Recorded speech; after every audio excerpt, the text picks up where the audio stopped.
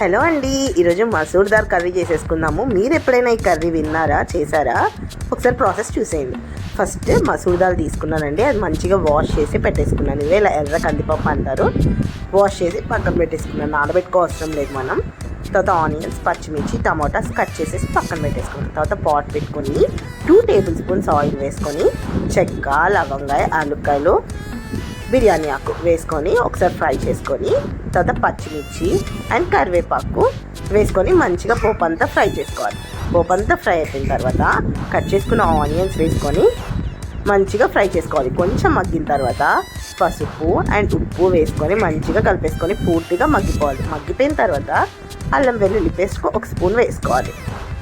Next అది కూడా పచ్చివాసన అంతా పోయే వరకు ఫ్రై చేసుకొని టమాటాస్ వేసుకొని మంచిగా ఫ్రై చేసుకోవాలి. టమాటాస్ అంతా మంచిగా సాఫ్ట్ అయిపోయిన తర్వాత మనం కడిగి పెట్టుకున్న మసూర్ దాల్ ఉంది కదా, ఎర్ర కందిపప్పు, అది వేసేసుకోవాలి. అది వేసుకొని ఒకసారి కలుపుకొని కారం వేసుకొని మంచిగా మిక్స్ చేసుకోవాలి.